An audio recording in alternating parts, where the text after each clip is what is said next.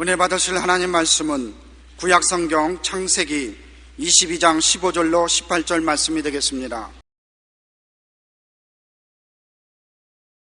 야훼 사자가 하늘에서부터 두 번째 아브람을 불러 가라사대, 야훼께서 이르시기를 내가 나를 가리켜 맹세하노니 내가 이같이 행하여 내 아들 내 독자를 아끼지 아니하였은즉 내가 내게 큰 복을 주고 내 시로 크게 성하여 하늘의 별과 같고 바닷가의 모래와 같게 하리니 내 시가 그 대적의 문을 얻으리라. 또 내 시로 말미암아 천하 만민이 복을 얻으리니 이는 내가 나의 만을 준행하였음이니라 하셨다 하니라. 아멘.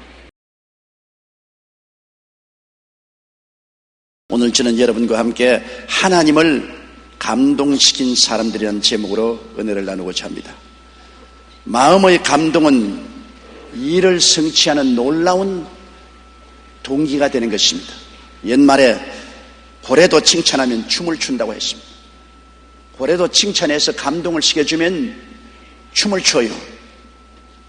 장사하는 사람은 손님의 마음을 감동시켜야만 장사를 잘할 수 있습니다. 제가 한때 동경에 있는 어느 백화점에 물건을 사러 갔는데 아무리 찾아봐도 제가 원하는 물건이 없어요. 그러니까 그 상점 보는 아가씨가 이웃 백화점에 전화를 걸더니만 이웃 백화점에 그 물건이 있다고 하면서 나를 안내해서 길거리를 건너서 이웃 백화점까지 데리고 갑니다.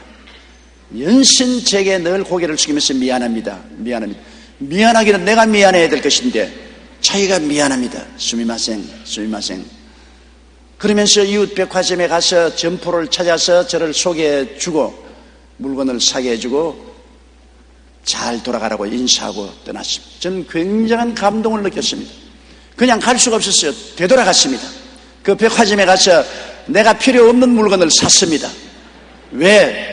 너무 그 친절에 감동을 했기 때문에 제가 물건을 살 수밖에 없었습니다. 여러분, 성경의 위대한 하나님의 사람들은 모두 하나님을 감동시킨 사람들인 것입니다. 하나님의 마음을 감동시키면 하나님께서 위대한 일을 하실 수밖에 없습니다. 하나님을 감동시킨 구약의 대표적인 인물 몇 사람을 보면 아브라함이 그 대표적인 인물 중에 한 사람인 것입니다. 아브라함은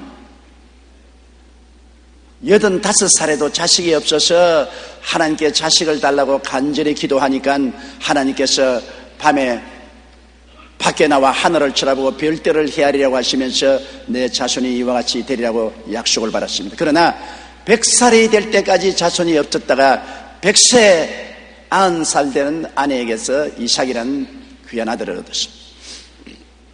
그리고 이삭이 이제는 10대가 되어서 정말 눈에 넣어도 아프지 않습니다. 너무나 아버지의 친구가 되고 아버지의 사랑을 받고 아버지를 사랑했습니다. 그런데 하루 하나님께로부터 청천벽력 같은 명령이 떨어졌습니다. 그 일 후에 하나님이 아브라함을 시험하시려고 그를 부르시되 아브라함 하시니 그가 가로되 내가 여기 있나이다. 야훼께서 가라사대 내 아들 내 사랑하는 독자 이삭을 데리고 모리아 땅으로 가서 내가 네게 지시하는 한 산 거기서 그를 번제로 드리라. 이 웬 말입니까? 하나님께서도 100살에 주신 자식인 것을 알고 아브라함이 목숨처럼 사랑하는 자식인 줄 알고 계시는데도 불구하고 그 아들을 모리아산에 데려가서 그냥 제사가 아닙니다. 잡아서 각을 떠서 태워드리는 제사로 드리라. 보통 사람으로서는 감당할 수 없는 시험입니다. 아마 평범한 사람들은 이 하나님 말씀을 결코 받아들일 수 없었을 것입니다. 자기의 목숨이 죽는 것보다 더 괴로운 것입니다.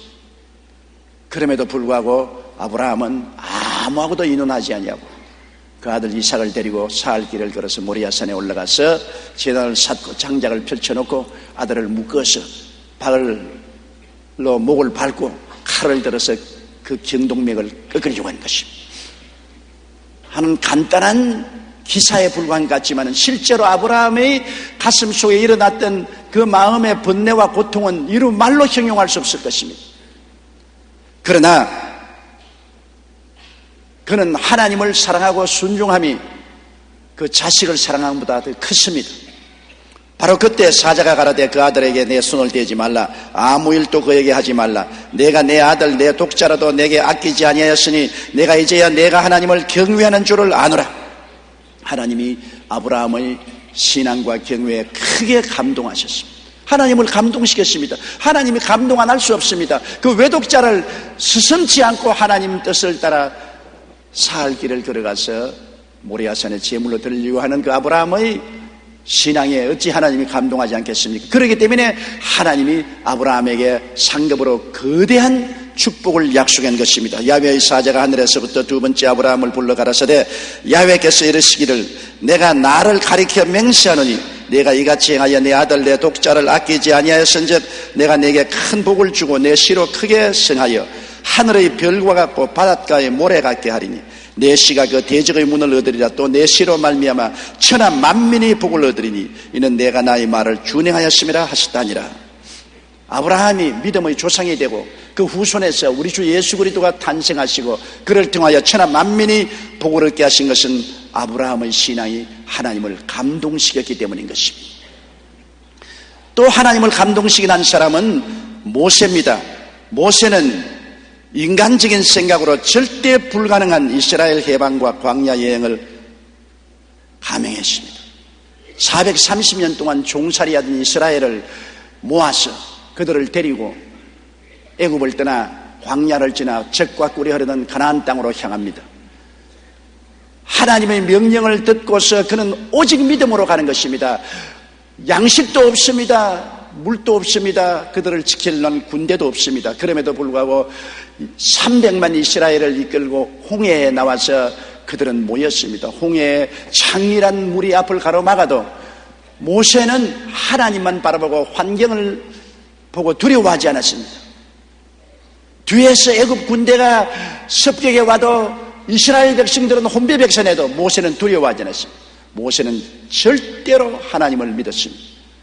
그리고 홍해를 건너고 난 다음 광야에 들어와서도 생각해 보십시오. 그 책임이 얼마나 큽니까? 300만을 아침, 점심, 저녁을 먹여야 되고 물을 마셔야 되고 그들의 거할 곳을 마련해 줘야 되는데 어마어마한 어려운 일을 당해도 그는 인간적으로 준비한 것이 아무도 없습니다.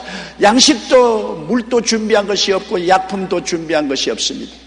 거할 곳을 예비한 것도 없습니다. 오직 하나님을 의뢰하고 살든지 죽든지 주님만 바라보고 이스라엘 백성을 이끌어 나갔다는 그 담대한 믿음에 하나님은 감동한 것입니다.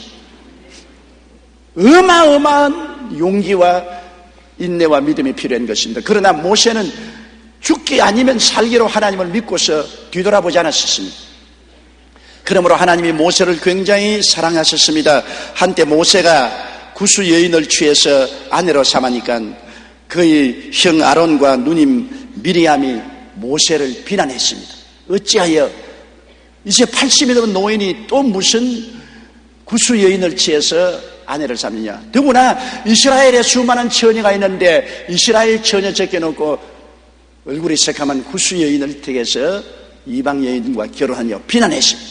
사실 비난받은 많은 일을 했습니다. 80이 되었으면 그만 혼자 살지 뭘 또 결혼을 합니까? 그것도 얼굴이 새카만 구수 여인을 취해서 아내를 삼았습니다.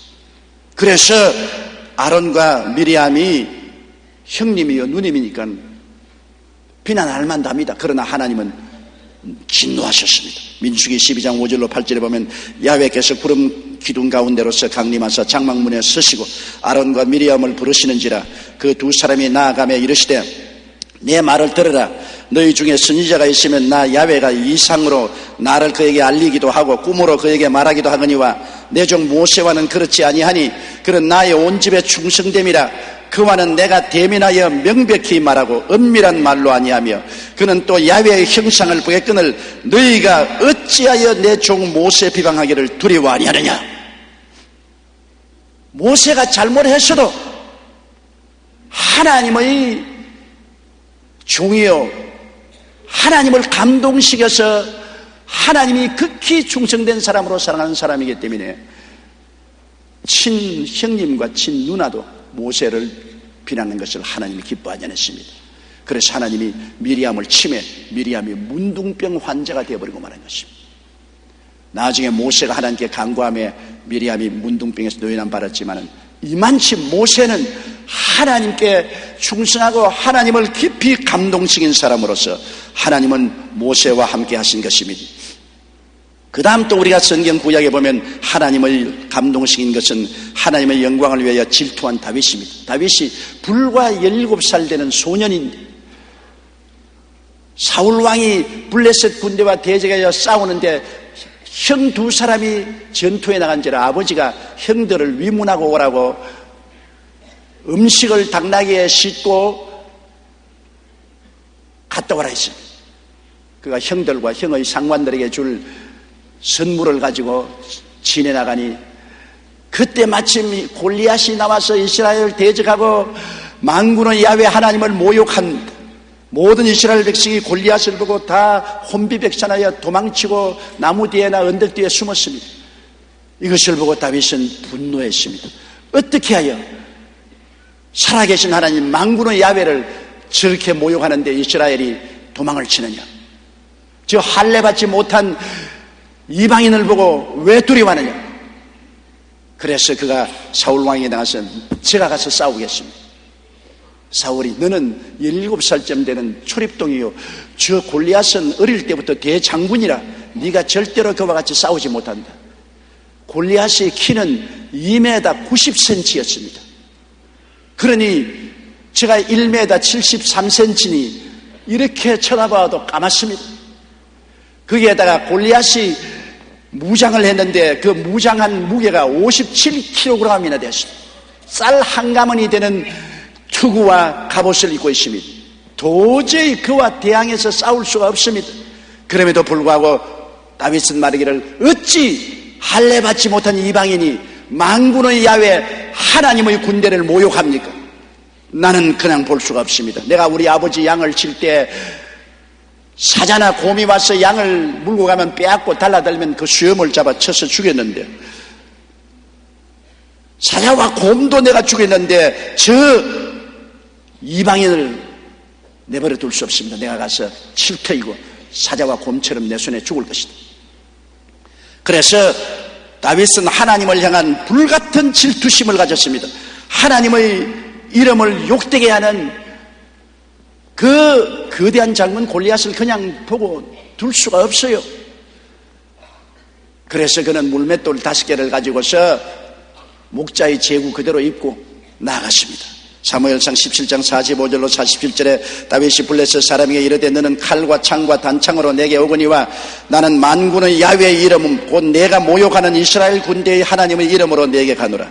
오늘 야훼께서 너를 내 손에 붙이시리니 내가 너를 쳐서 내 머리를 베고 블레셋 군대의 시체로 오늘날 공중의 새와 땅의 들짐승에게 주어 온 땅으로 이스라엘의 하나님 계신 줄을 알게 하겠고 또 야훼의 구원하심이 칼과 창에 있지 아니함을 이 무리로 알게 하리라. 전쟁은 야훼께서 한 것인즉 그가 너희를 우리 손에 붙이시리라. 그렇게 말하고 나가서 물맷돌로 치매 물맷돌이 골리앗의 이마에 박힘에 그대로 쓰러진데 가서 골리앗이 칼을 뽑아서 그 목을 베어들었습니다. 다윗은 인간의 힘으로 도저히 골리앗을 칠 수가 없습니다. 그러나 하나님을 모욕한 것에 대한 분개심을 가지고 하나님의 영광에 대한 질투심으로 그는 나갔습니다. 하나님은 다윗을 정말로 사랑하고 다윗에 대해서 감동을 느꼈습니다. 그래서 성경에는 다윗이 하나님 마음에 꼭 합한 자라고 말했었습니다. 하나님을 감동시켰던 것입니다. 그 이후로 다윗은 선택받아 이스라엘의 왕이 되었던 것입니다. 신약 시기에도 하나님을 감동한 사람들이 있습니다. 베드로는 하나님을 감동시킨 사람 중에 한 사람인 것입니다. 오순절 날 이후로 베드로가 이곳저곳 다니면서 복음을 전가할 때 그가 욥바 내려가서 복음을 전가하며 욥바의 피장 시몬의 집에 있을 때였습니다. 하루는 점심 먹기 전에 다락에 올라가서 기도하는데 환상 중에 하늘에서 보자기가 내려오는데 보니 그 속에 여러 가지 들짐승과 날짐승이 많이 있습니다. 하나님이 말씀하기를 베드로야 잡아서 먹어라. 베드로가 말했습니다. 하나님, 나는 부정한 짐승을 어릴 때부터 먹지도 않고 만지지도 않았습니다. 어찌 이 부정한 것을 먹을 수 있습니까? 하나님 말이길, 내가 깨끗하게 했는 것을 부정하다고 하지 마라. 3번 그 말을 하고 보자기가 하늘로 올라갔었습니다. 잠시 후에 이방인 고넬료의 집에서 하인과 군대들이 와서 베드로를 찾습니다. 왜냐? 우리 주인 고넬료는 착실한 신앙인이라. 그가 정오 기도 시간에 천사가 나타나서 요빠의 해변가 피장 시몬의 집에 가서 베드로를 청하라. 구원의 말씀을 전하겠다고 하니 와서 복음을 전하여 주십시오. 여러분, 그때 유대인으로서 이방인에게 절대 못 갑니다. 유대인이 이방인 집에 들어가거나 함께 먹으면 부정한 자가 되어서 유대인 사회에서 쫓겨납니다. 더구나 베드로는 사도 중에 지도자인데 만일 그가 이방인의 집에 들어가서 음식을 같이 먹고 그들에게 복음을 전거했다고 생각하면 완전히 쫓겨납니다. 그 당시에는 복음은 이스라엘 백성에게만 주는 것이지 이방인에게는 주지 않았다고 생각했습니다. 그럼에도 불구하고 베드로는 하나님이 주신 계시를 보았습니다. 각종 짐승과 날짐승, 부정한 짐승들을 잡아 먹으라는 것이 이방인에게 나가서 복음을 전가하는 하나님의 지신 줄 알고 세상 사람들이 비난하고 공격하고 손가락질하고 그를 짓밟을 것을 분명히 알면서도 담대하게 하나님께 순종해서 이방인 고넬료의 집에 갔습니다. 여러분, 이것은 요사이 생각할 때 쉽게 생각하지만은 그 당시는 어마어마하게 어려운 사실인 것입니다. 베드로는 자기의 지위나 명예나 권세를 다 저버리고 자기를 비워버리고 하나님의 뜻에 순복한 것입니다. 아직 세상에 버림받고 교회에 버림받을 각오를 하고 간 것입니다. 하나님이 베드로의 그 순종에 감동했던 것입니다. 그렇기 때문에 사도행전 10장 44절로 48절에 보면 고넬료의 가정에 가서 베드로가 설교할 때, 베드로가 이 말할 때 성령이 말씀 듣는 모든 사람에게 내려오시니 베드로와 함께 온 할례 받은 신자들이 이방인들에게도 성령 부어 주심을 인하여 놀라니 이는 방언을 말하며 하나님 높임을 들음이리라. 이에 베드로가 가로되 이 사람들이 우리와 같이 성령을 받았으니 누가 능히 물로 세례 줌을 금하리요 하고 명하여 예수 그리스도 이름으로 세례를 주라 하니라. 저희가 베드로에게 수일대 유하기를 청하니라. 처음으로 베드로가 복음을 이방인에게 전했습니다. 하나님의 구원의 손길이 유대인에게만 있는 것이 아니라 이방인에게도 있다는 사실을 베드로가 순종함으로 증명한 것입니다. 베드로는 하나님의 마음을 얼마나 감동시켰기에 베드로가 말씀할 때 성령이 임하셔서 이방인들이 성령을 받고 방언을 말하고 하나님을 높이는 기적적인 역사가 일어났던 것입니다. 또한 주님의 마음을 크게 감동시킨 분이 바로 바울입니다. 바울은 원래 사울인데 교회를 핍박하고 성도를 죽이고 스데반 집사를 죽일 때는 총책임자 역할을 했습니다. 그가 교회를 열렬히 핍박하고 율법을 뜨겁게 준수하며 예수 그리스도의 대적으로 행했습니다. 제사장의 허락을 받고 다메섹에 있는 예수교인들을 잡아서 옥에 갇히고 또 죽이기도 하려고 가다가 다메섹이 보이는 근처에 갔을 때 대낮 햇빛보다 저 밝은 빛이 비추면서 하늘에서 음성이 나서 가로되 사울아 사울아 어찌하여 너가 나를 핍박하느냐. 사울이 말했습니다. 주여 누시니까 나는 너가 핍박하는 예수라. 그때 사도행전 26장 16절 18절에 보면 하나님이 이렇게 말씀하셨습니다. 일어나 내 발로 서라. 내가 내게 나타난 것은 곧 내가 나를 본 일과 장차 내가 내게 나타날 일에 너로 사환과 증인을 삼으려 함이니 이스라엘과 이방인들에게서 내가 너를 구원하여 저희에게 보내어 그 눈을 뜨게 하여 어두움에서 빛으로 사단의 권세에서 하나님께로 돌아가게 하고 죄사함과 나를 믿어 거룩하게 된 무리 가운데서 기업을 얻게 하리라 하더이다. 이와 같이 주님께서 사울을 불렀습니다. 그는 나중에 자기 이름을 바울이라고 개명하고 난 다음에 하나님이 주신 소명과 꿈을 죽도록 충성했습니다.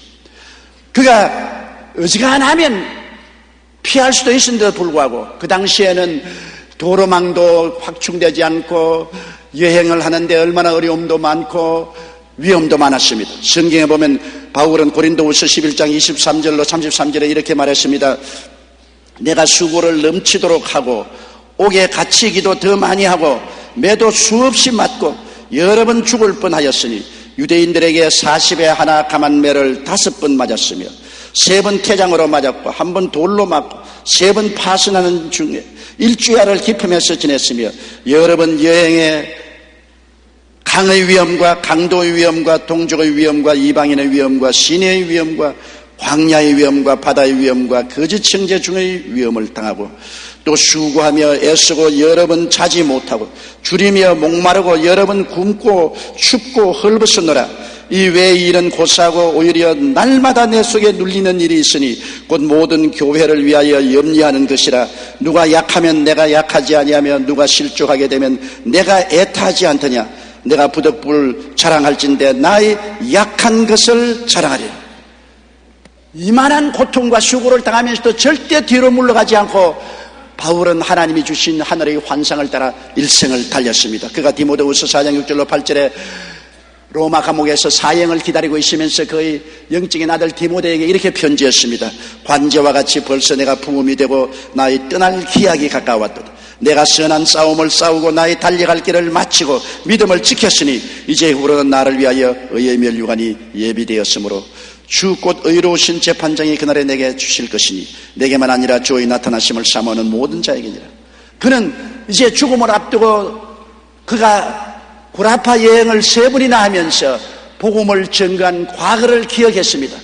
그리고 그는 말하기를 내가 선한 싸움을 싸우고 나의 달려갈 길을 마치고 믿음을 지켰다고 담대하게 말할 수가 있는 것입니다. 그러므로 하나님은 바울 선생의 선교 열정에 깊이 감동했던 것입니다. 그래서 하나님은 바울을 통해서 신약 성경의 반을 적었습니다. 다른 사람이 받을 수 없는 놀라운 계시와 하나님의 묵시를 받아서 신약 성경 태반을 바울의 손을 통해서 적게 한 것입니다. 여러분, 충성이 하나님을 감동시킨 것입니다. 미국의 스탠다드 석유회사에 있던 일입니다. 그 회사의 직원 중에는 아치볼드라는 청년이 있었는데 그는 호텔에 가면 숙박기에 자신의 이름 대신 한 통 4달러 스탠다드 석유라고 회사의 석유 가격과 이름을 적었습니다. 말할 기회만 주어도 그는 자기를 소개할 때 한 통 4달러 스탠다드 석유라고 합니다. 그렇게 자기를 소개했습니다. 한 통 4달러라는 변명이 붙을 정도로 그는 유명했습니다. 사람이 이 아치볼드가 보면 스탠다드 석유 한 통 4달러. 그는 이것을 입에 붙이고 다녔었습니다. 이 소문이 당시 사장이었던 록펠러의 귀에 들어갔습니다. 청년은 기특하게 여긴 록펠러는 그를 불러 함께 식사를 했는데 청년에게 회사에 대한 열정적인 사랑과 충성심이 있음을 발견하고 록펠러 회장이 크게 마음에 감동을 느꼈습니다. 세월이 흘러 록펠러는 퇴임하고 차기 사장에 선출되는데 그 차기 사장의 이름이 바로 아치볼드였습니다. 그는 스탠다드 회사 역사상 가장 유능한 회사 공헌한 인물로 평가한 사장이 되었습니다. 평사원에 불과했던 아치볼드가 어떻게 사장 자리에 올라갔습니까? 회사에 대한 그의 충성심이 록펠러 회장의 감동을 주었기 때문인 것입니다. 여러분, 이 세상에 사람이 살면서 감동을 받고 감동을 줌으로 인생의 성공을 가져옵니다. 남편도 아내에게 감동을 주면 서비스를 받을 수 있죠. 아내도 남편을 감동시키면 남편의 사랑을 받을 수 있죠. 오늘 장사하는 사람은 물건을 파는 것이 아니라 손님들에게 감동을 파는 것입니다. 손님을 감동시키면 손님들이 그 물건을 사게 되어 있는 것입니다. 하나님을 감동시키는 삶을 살면은 우리가 기도할 때 하나님이 응답 안 할 리가 없고 하나님이 우리를 붙들어 주지 않을 리가 없는 것입니다. 우리는 구약과 신약 시대에 하나님을 감동시킨 사람의 생활을 본받아 우리도 하나님을 감동시켜야 되겠습니다. 어떻게 하면 하나님을 감동시킬까요? 첫째로 꿈이 있어야 하나님을 감동시킬 수가 있는 것입니다. 꿈이 없는 백성은 망한다고 했습니다. 꿈이 없는 청년은 될 대로 되라고 허랑방탕하지 않습니까? 꿈이 없는 가정은 사분오열되지 않습니까? 꿈이 없는 나라는 서로 물고 찢고 싸우다가 망하지 않습니까? 개인이나 가정이나 사회나 국가나 분명한 나아갈 꿈이 있어야 되는 것입니다. 더구나 하나님 나라에서는 하나님이 꿈이 있는 사람을 사랑하는 것입니다. 하나님이 430년 종살이던 이스라엘 백성을 끌어내실 때 어떻게 끌어냈습니까? 다른 아무 말씀도 안 했습니다. 젖과 꿀이 흐르는 땅으로 가자. 꿈을 주었습니다. 주님께서 그들에게 쌀가마니를 내려주지 않았었습니다. 꿈을 주었습니다. 젖과 꿀이 흐르는 땅으로 가자. 그 꿈을 마음속에 받아들여서 끝까지 간 사람은 적과 꿀이 흐르는 땅으로 들어갔습니다. 신명기 11장 8절로 9절에 보면 그러므로 너희는 내가 오늘날 너희에게 명하는 모든 명령을 지키라. 그리하면 너희가 강성할 것이요 너희가 건너가서 얻을 땅에 들어가서 그것을 얻을 것이며 또 야훼께서 너희의 열조에게 맹세하사 그와 그 후손에게 주리라 하신 땅 곧 젖과 꿀이 흐르는 땅에서 너희 날이 장구하리라. 젖과 꿀이 흐른다는 마음의 비전을 가져야 하나님이 인도할 수가 있었던 것입니다. 여러분, 우리 주님도 그렇게 하지 않습니까? 주님께서 부활하사 제 아들을 모아놓으시고 말씀하시기를 마가복음 16장 15절에 또 가라사대 너희는 온 천하에 다니며 만민에게 복음을 전파하라. 그때 여러분, 온 천하라는 것은 우리가 상상할 수 있는 정도가 아닙니다.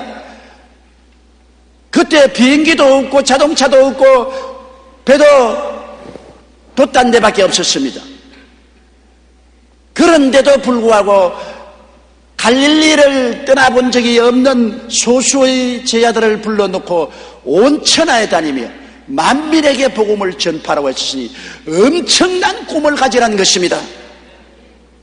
제자들이 아마 인간적으로 들었을 때 도저히 불가능한 말을 한다고 생각했을 것입니다. 그들은 유대 땅을 떠나본 적도 없고 그렇게 여행할 만한 돈도 없고 지식도 없고 경험도 없습니다.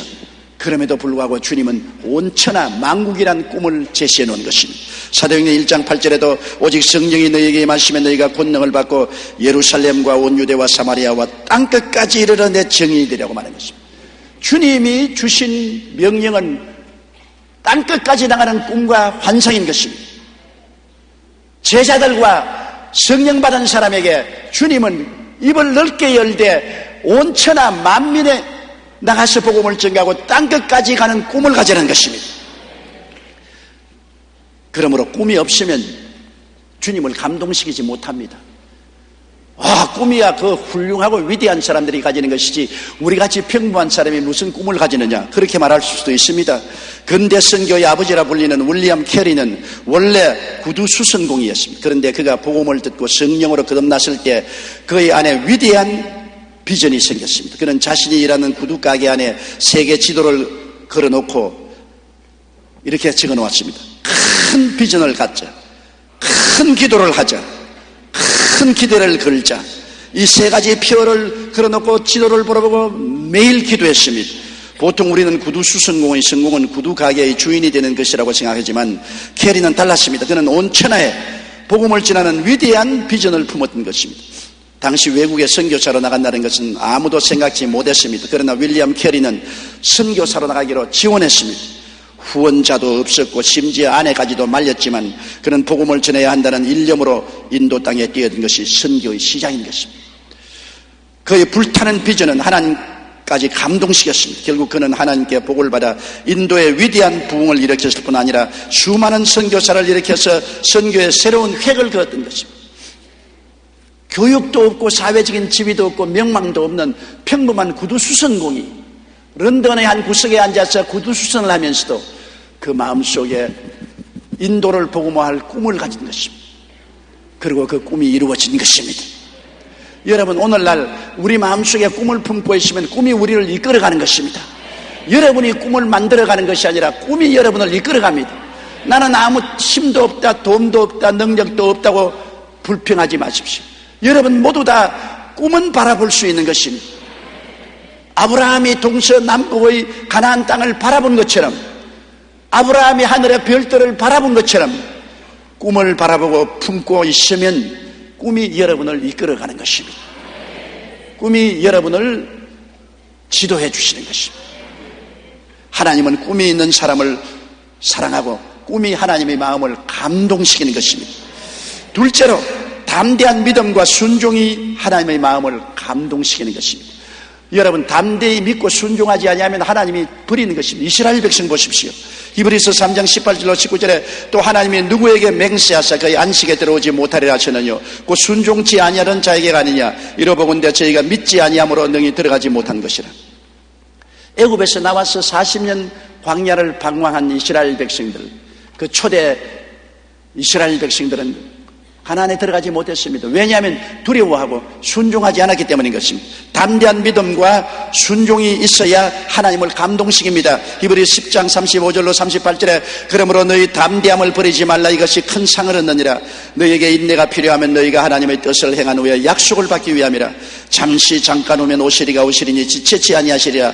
오직 나의 의인은 믿음으로 말미암아 살리라. 또한 뒤로 물러가면 내 마음이 저를 기뻐하지 아니하리라 하시느니라. 물러가는 사람 기뻐하지 않습니다. 주의 의인은 믿음으로 말미암아 살라고 말하셨습니다.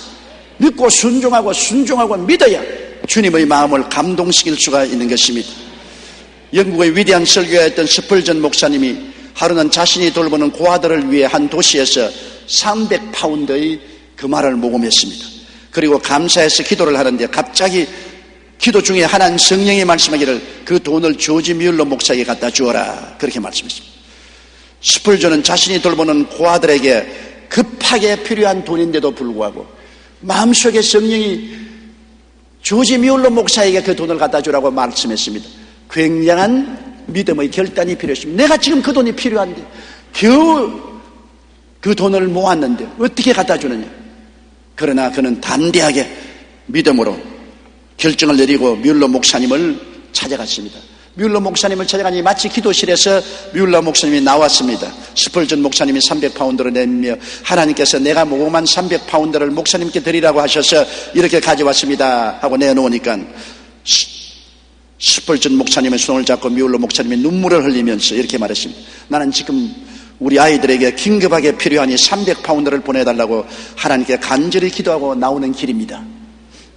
하나님께서 조지 뮬러 목사님의 기도를 들으시고 스펄전 목사님이 모은 돈 300파운드를 주라고 할 때 그는 담대한 믿음으로 순종해서 자기가 필요함에도 불구하고 그 돈을 내놓았습니다. 하나님은 이러한 것을 기뻐하고 하나님의 마음이 감동이 되었습니다. 스펄전 목사님은 뮬러 목사님과 함께 하나님께 감사를 드리고 자기 사무실로 돌아왔습니다. 그런데 그의 책상 위에 웬 봉투가 하나 놓여져 있었습니다. 여러분이 315파운드의 헌금이 들어있습니다. 스펄전 목사님은 감격했습니다. 그 자리에 무릎을 꿇고 기도하기를 주여 300파운드 주라고 해서 제가 조지 뮬러 목사님에게 주었는데 이자까지 보태가지고서 315파운드를 보낼 줄은 정말 몰랐습니다. 주님 감사합니다. 하나님도 감동하고 조지 뮬러 목사님도 감동하고 스펄전 목사님도 감동했습니다. 담대한 믿음과 순종은 큰 감동을 하나님께 가져오는 것입니다. 셋째로 희생적인 하나님 사랑이 하나님을 감동시키는 것입니다. 우리 자신을 희생해서 하나님께 헌신하고 하나님을 사랑할 때 하나님이 감동하는 것입니다. 우리의 삶에 하나님 제1주의로 나가는 거 말입니다. 내가 만사를 제껴놓고라도 주일날 교회에 나온 하나님을 감동시키는 것입니다. 내가 꼭 필요한데도 불구하고 11조와 헌금을 주님께 드린다. 하나님을 감동하는 것입니다. 위대하고 큰 일을 안 해도 지극히 적은 일에도 먼저 하나님을 대접할 때 하나님이 감동하는 것입니다. 먼저 그의 나라와 그의 일을 구하라. 그리하면 이 모든 것을 너에게 또하시라. 적은 것이 하나님을 감동시켜서 큰 은혜를 받게 만들어주는 것입니다. 마태복음 22장 37절에 예수께서 가라사대 내 마음을 다하고 목숨을 다하고 뜻을 다하여 주 너희 하나님을 사랑하라고 말했습니다. 요한복음 14장 23절에 예수께서 대답하여 가라사대 사람이 나를 사랑하면 내 말을 지키리니 내 아버지께서 저를 사랑하실 것이요 우리가 저에게 와서 그 저를 저와 함께하리라.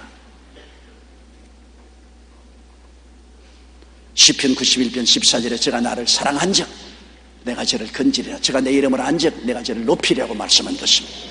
여러분, 우리가 성경에 보면은 예수 그리스도를 크게 감동시킨 사건이 있습니다.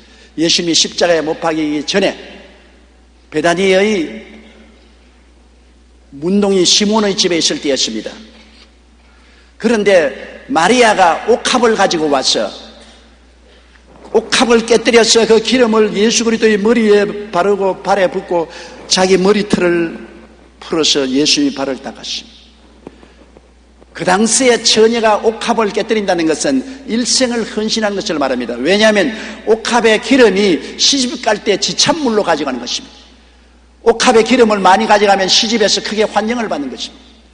그런데 그가 시집 가기 위해서 모아놓은 그 기름을 옥합채 깨뜨려 버렸습니다. 그것은 시집 가는 것을 포기한 것입니다. 일생을 주님에게 쏟아버린 것입니다.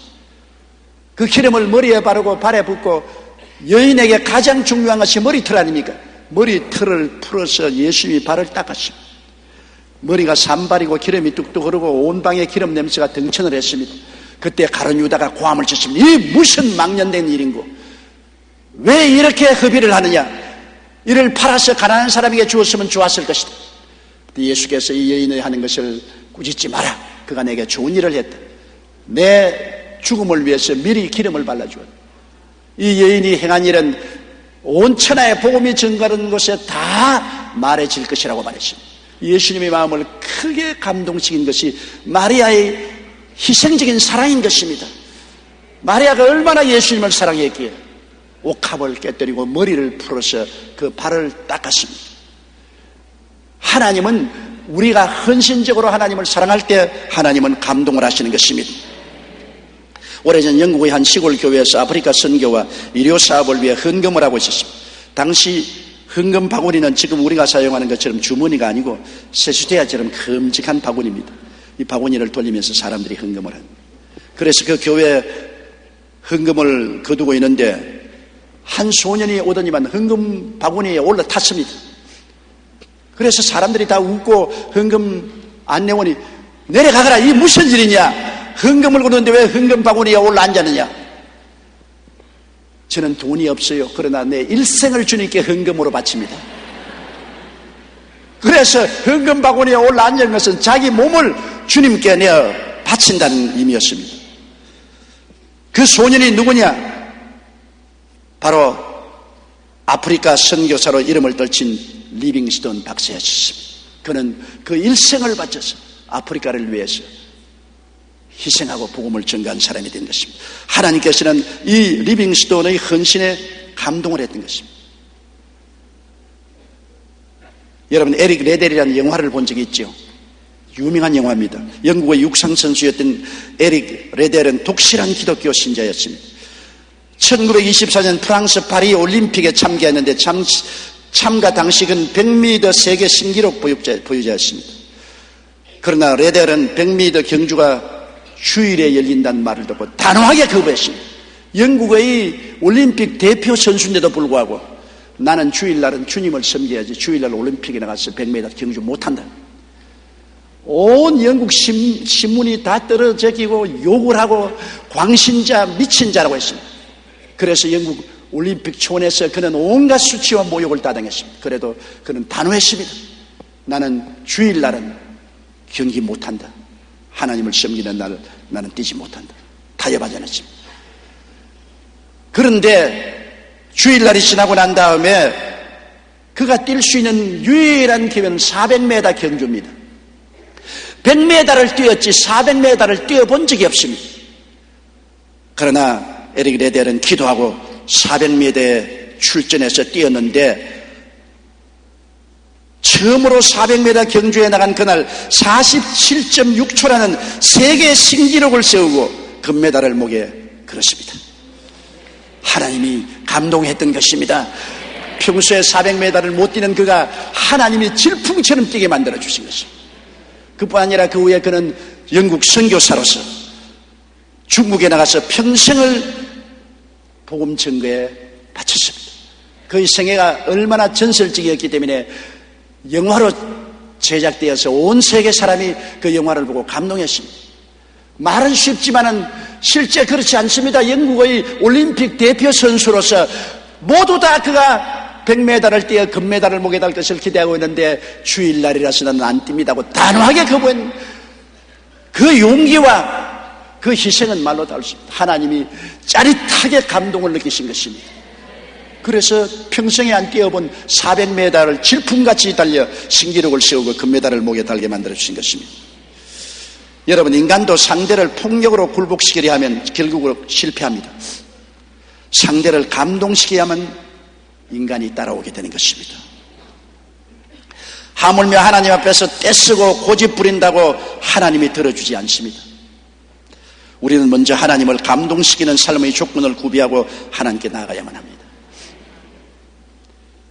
사람도 감동을 시켜야죠. 어떤 가정의 남편이 너무너무 고집을 부리고 부인 말을 안 들어주거든. 부인이 무슨 말을 해도 고집을 부리고 그 말을 안 들어줍니다. 그런데 부인이 작전을 바꾸었습니다. 어떻게 바꾸었냐? 돼지 사육자로부터 이야기를 들었습니다. 돼지를 붙잡으려고 할 때 뭉둥이로 때리면 자꾸 달아나요.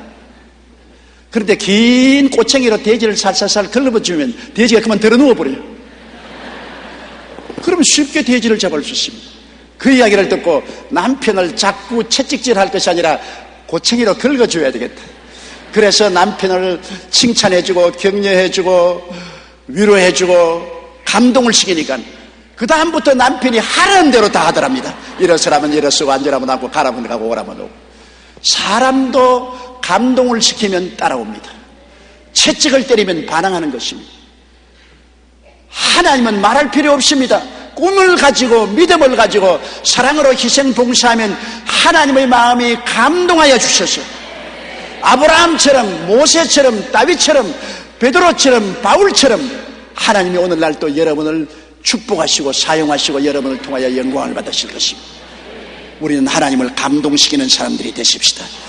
다 같이 고개서 기도드리겠습니다. 거룩하시고 영광스러우신 우리 아버지 하나님, 오늘날 우리 세계에는 너무나 감동이 없습니다. 모두 다 메마르고 삭막하고 시기하고 분노하고 질투하고 싸움밖에 없습니다.